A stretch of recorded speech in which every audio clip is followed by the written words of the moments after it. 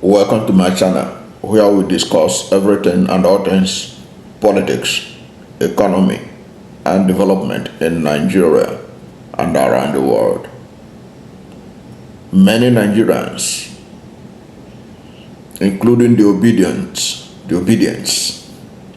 have been curious about the latest meetings that the presidential candidate of the Labour Party, Peter Obi,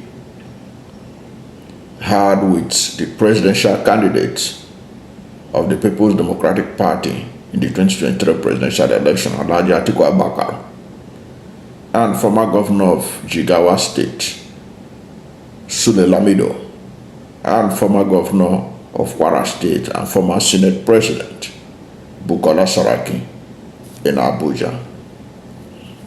Some have voiced their concern quietly, but I want to share what I know about this and then draw Peter Obi's attention to the danger in putting his popularity under risk by kowtowing to these people ahead of 2027 presidential election. Now, we know, it's public knowledge, that former Vice President and the presidential candidate of the People's Democratic Party, Alhaji Atiku Abubakar, has been calling for the coming together or unity of purpose of the opposition groups or parties in Nigeria in order to be able to raise power from Bola Ahmed Tinubu and the APC in 2027. And I have had cause to make my views known on this, that any opposition against Bola Ahmed Tinubu and the APC in 2027 that is not built around Peter Obi, the presidential candidate of the Labour Party, will be a total waste of time and energy. But I do know that the intention of Atiku Abubakar in calling for the unity of opposition is for his own personal interest, because he wants to contest again in 2027. Now, Atiku Abubakar contesting in 2027 is also another indication that Atiku Abubakar has no regard for zoning in Nigeria. After 8 years of President Muhammad Buhari, a Northerner, it is therefore disingenuous of Atiku Abubakar and those who back him, including Sule Lamido and Bukola Saraki, to think that power should be raised from Bola Ahmed Tinubu and hand over to another in 2027. It doesn't make sense, but these people don't seem to understand it. They don't seem to understand it. The truth of the matter remains that Peter Obi ought to be the person they are building the opposition around to confront Bola Ahmed Tinubu so that they can raise power from him in 2027. Anything short of that is a no-no. That's one of the issues we are going to trash out in this video. Anything short of Peter Obi being the arrowhead of whatever alliance they want to build is a waste of time, because power is not supposed to go back to the north after just 4 years of Bola Ahmed Tinubu. That's very clear. So among all the opposition leaders, the person that has the moral right to contest is Peter Obi, and not Atiku Abubakar, and not Rabiu Musa Kwankwaso. Now, sources told me that Atiku Abubakar has been reaching out to Peter Obi and coming up with a proposal, allegedly, that he will do only one term, then Peter Obi will take over. Now, if Peter Obi fall for that trap, he would have lost a lot of respect from millions of Nigerians who hold him in high esteem. We hope that he doesn't buy into that gambit of Atiku doing one term, because Atiku Abubakar and then most politicians we know in this country or even anywhere in the world can sell you any agenda. They will never abide by it. In any case, I said earlier on, it is not even the turn of the North to produce a president. So we're not even supposed to be talking about Atiku presidency. Then after him, Peter Obi. No. This is the time of Peter Obi. Because Peter Obi is the man that surprised all of them in the 2023 presidential election. When you hear Atiku Abubakar calling for the unity of the opposition, it's not, what is in his mind is not Rabiu Musa Kwankwaso. It is Peter Obi. Because he is the man to beat. When you see the presidency allegedly sponsoring people to be attacking Peter Obi at every second, it is because they know what Peter Obi is what. In the INEC allocation of votes in the 2023 presidential election, INEC allocated 8.7 million votes to Bola Ahmed Tinubu, the candidate of the APC, allocated 6.9 million votes to Atiku Abubakar of the PDP, and 6.1 million votes to Peter Obi of the Labour Party, and about 1.4 million votes to Rabiu Musa Kwankwaso of NPP. But most Nigerians believe that it was actually Peter Obi that won the election, if it was free and fair. And only recently, David Hundian, an internationally renowned investigative journalist, was able to also say it clearly, without any ambiguity, that over 10 million Nigerians voted for Peter Obi in the last election.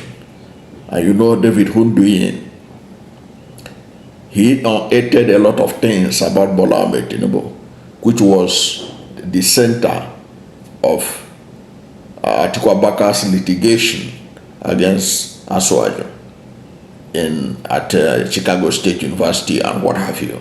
So this man is well ingrained and connected when it comes to investigative journalism. So I will believe him better than I will believe INEC on the figures of the results. He said that Peter Obi got over 10 million votes. I have no doubt about that in my mind.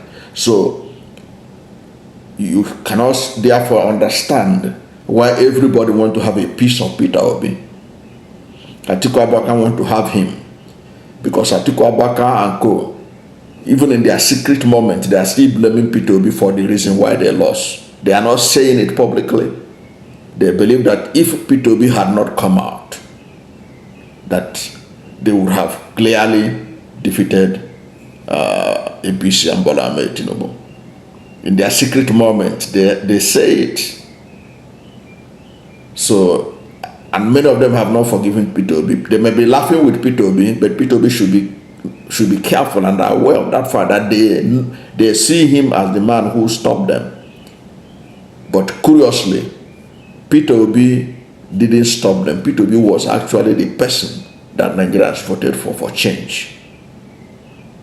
It wasn't Peter Obi that stopped them, it was Nigerians. Okay, and as for Bola Ahmed Tinubu and the APC, they know the value of Peter Obi. That is why they have arranged all kinds of attacks against him, right, left, and center. So Peter Obi ought to know the weight he carries and not allow himself to be taken advantage of by Atiku Abubakar, Bukola Saraki, and Sule Lamido, among others. Because what they are looking from him is because of what he carries. When they thought he was nothing, they treated him like shit. And they were feeling on top of the world. For instance, Atiku Abubakar garnered a lot of votes because of Peter Obi in 2019. But you can see how he discarded Peter Obi and the Southeast ahead of the 2023 election. He believed that he could do without them. He believed that he can bulldoze his way. And one of his enablers at that time was Jigawa State former governor, Sule Lamido, including Saraki and others. These are people who are insensitive of the fact that after 8 years of Buhari, that the power ought to go to the South. And the Southerners made noise about this, but to them it doesn't matter. What matters is for them to continue to be in power. And like Atiku Abubakar and the co-travelers like Jigawa State former governor, they were telling us that they went back to 2011, telling us how Jonathan mismanaged the zoning arrangement, that it was the turn of the North that Jonathan used between 2011 and 2015. So therefore, there's nothing wrong in a PDP producing a Northern candidate at that time after 8 years of Buhari. And they were confident that they are going to get it. And in fact, it was alleged that they have some people, even in the presidency of Buhari, who was assuring them that they are going to get the presidency. Perhaps part of the dummies they sold to them that Buhari doesn't even want Tinubu to be president, so any other Northerner can serve. And of course, we know the body language of Buhari that time. He was supporting former Senate President Ahmed Lawan before Tinubu upstaged them in the way he normally does. Okay, at the APC primaries. So these people are fixated on their own agenda. Atiku Abubakar, recently his spokesperson Paul Ibe want us to believe that it was Yeso Wike that forced Peter Obi out of. These are all part of their strategy. That it was Yeso Wike that forced Peter Obi out of PDP. No, it wasn't Yeso Wike. All of them joined together.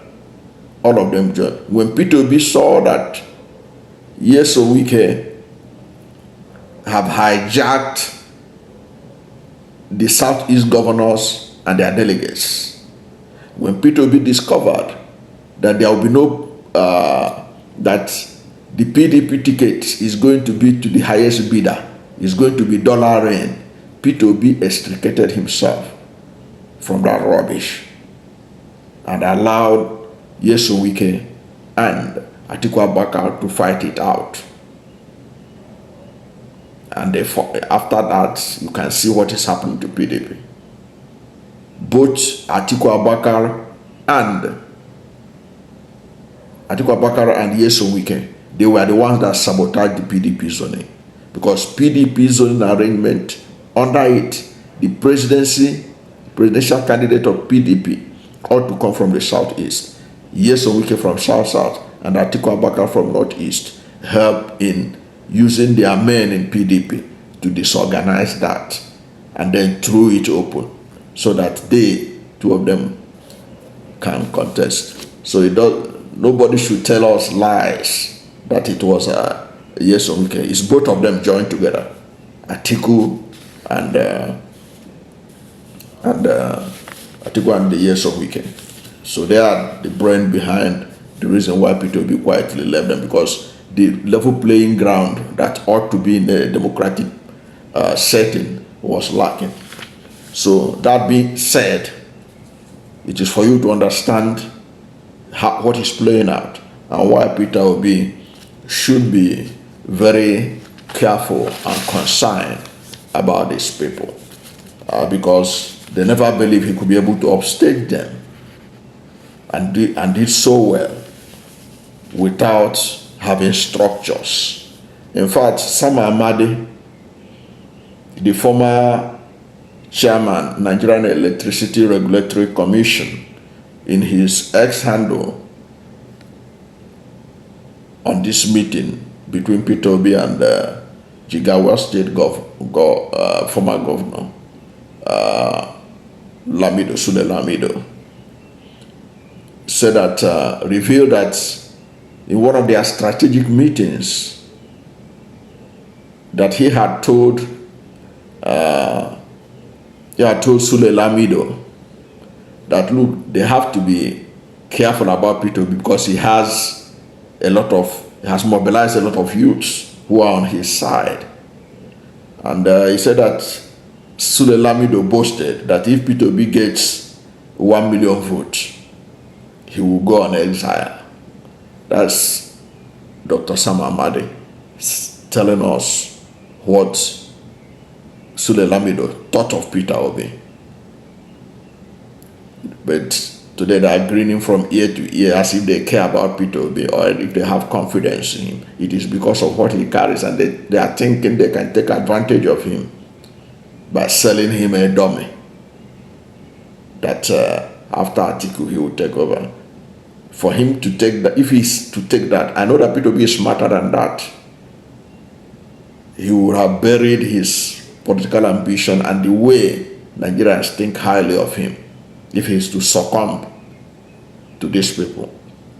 Because truth be told, as I keep on saying, the next president of Nigeria in 2027 will be from the south of Nigeria.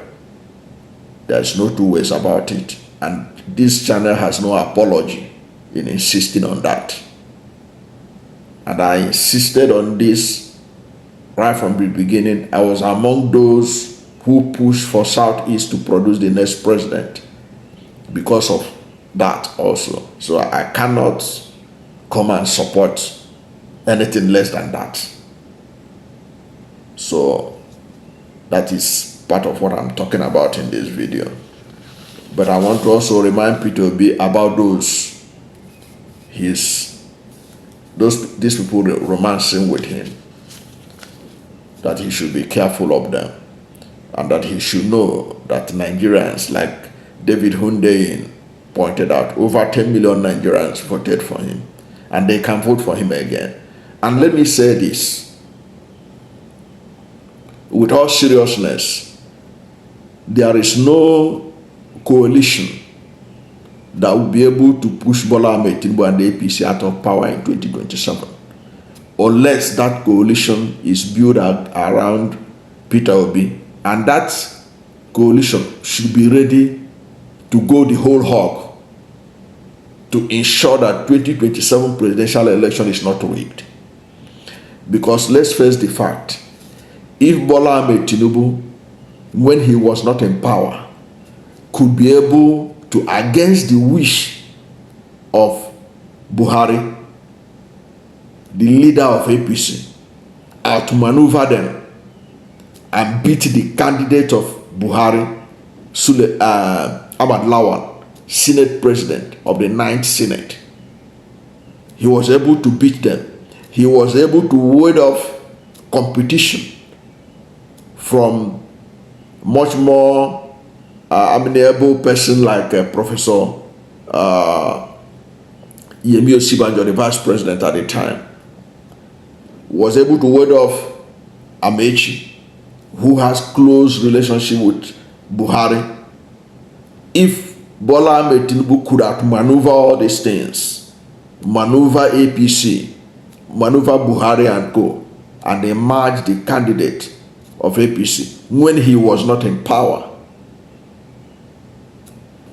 Now he is in power,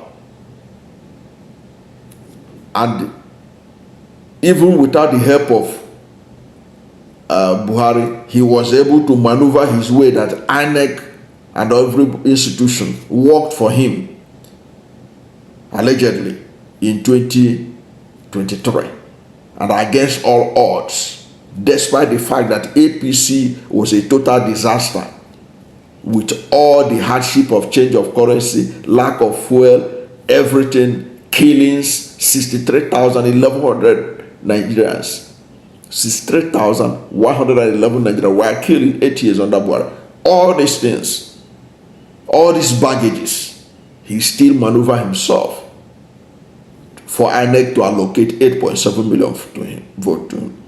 How do you think you can defeat him in 2027?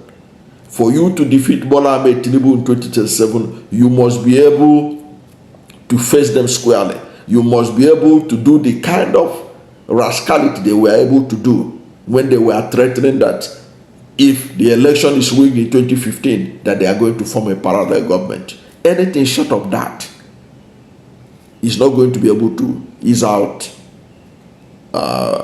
Tinubu. So the ideal thing is to build it around Peter Obi and then to go the whole hog to meet these people pound for pound in terms of if it is confrontation they need, if it is anything they need, you give it to them at equal measure. Because these guys are not going to release power to you just like that. You have to confront them the way they confronted Jonathan, and then they will be forced to release the power when Nigerian people vote.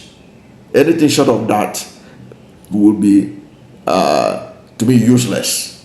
Let me give you a typical example. You know, one of the things that people were selling, that the reason why Peter Obi, the opposition lost in 2023 election was because they divided their votes.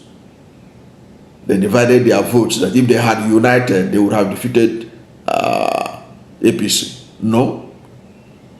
A determined APC that was ready to rig the election, no matter how the opposition come together, they can't stop APC.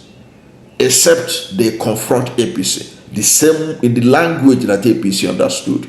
The language they spoke to PDP in 2015. That's the only way they can release power. Okay, let me give you an instance. You know, in 2019, Peter Obi, who they allocated 6.1 million votes.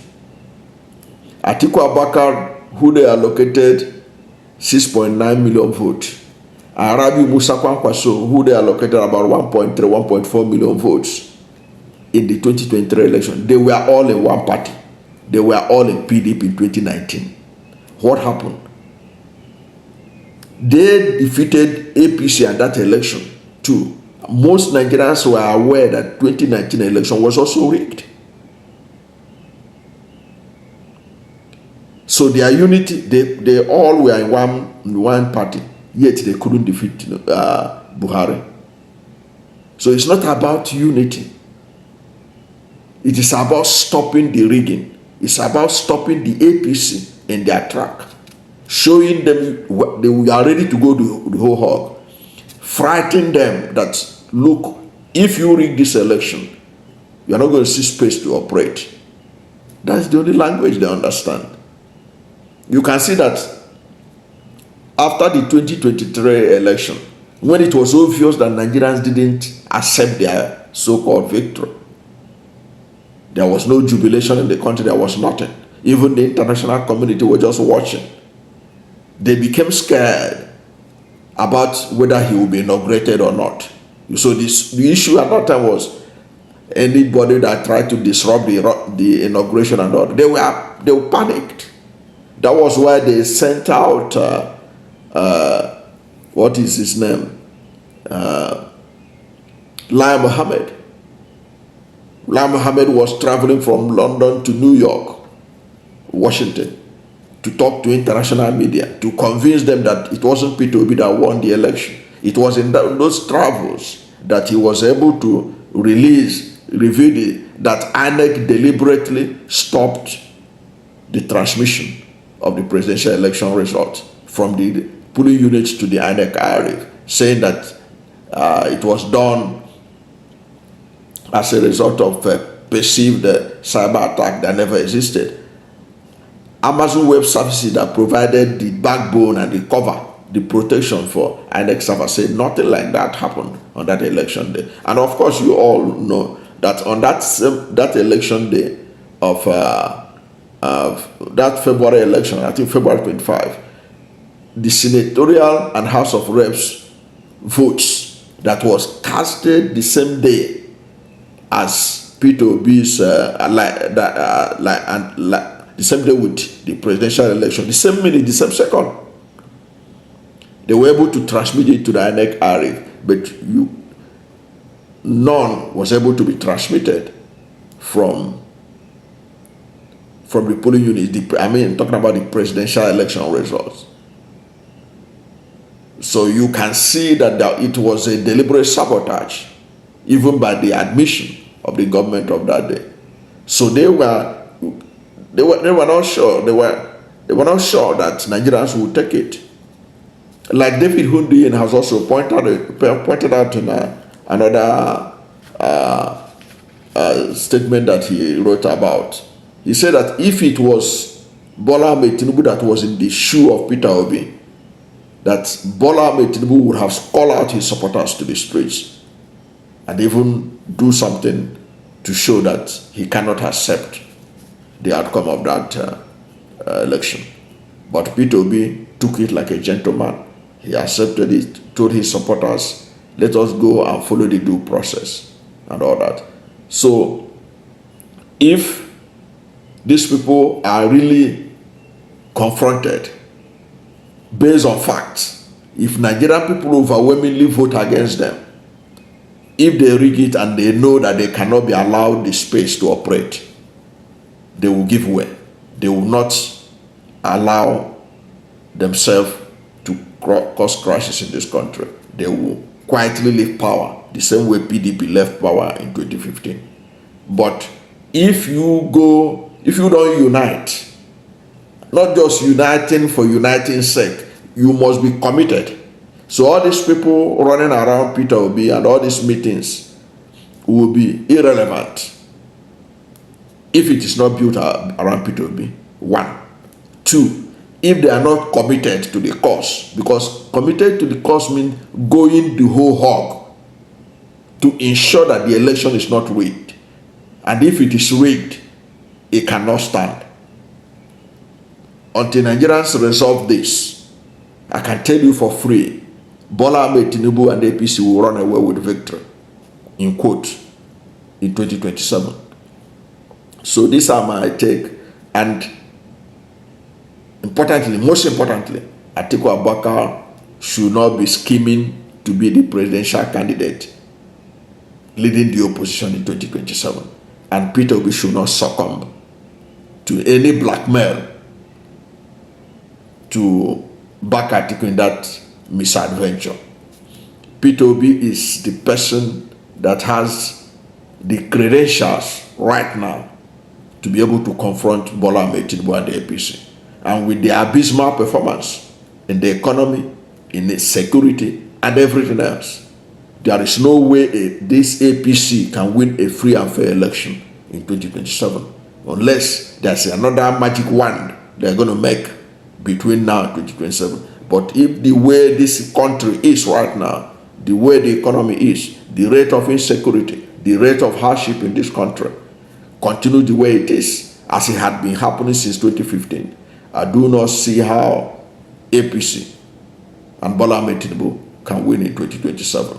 But they can win it if the wrong choices are made. If Peter Obi is not the presidential candidate leading the opposition to that election, and if the opposition are not ready to go the whole hog to defend the vote. In 2023, because Labour Party is a new party, relatively, and because Nigerians were complacent, the APC was able to run away. They grabbed the power and ran with it because they believe that power is not served a la carte. You have to grab it, you have to run with it, and that's what they did. Next time when they do it, if they run with it, you have to pursue them and grab that power from them. That's the only language they understand. If the opposition is not ready to do that, they can as well tell INEC not to conduct an election, and just all of them endorse Bola Ahmed Tinubu to continue. from 2027 to the next 4 years after that. That will be 2031 or thereabout. That's my take on this matter. Thank you for watching this video, and if you are new to my channel, you have not yet subscribed to my channel, please subscribe to my channel. Hit the subscription button, hit the notification bell. When you subscribe to my channel and hit the notification bell, anytime I have a new video, you'll be among the first to know. God bless you. And please don't forget to like this video, because if you like it, Google will rank it high and recommend it for more people. Thank you, and God bless you and yours.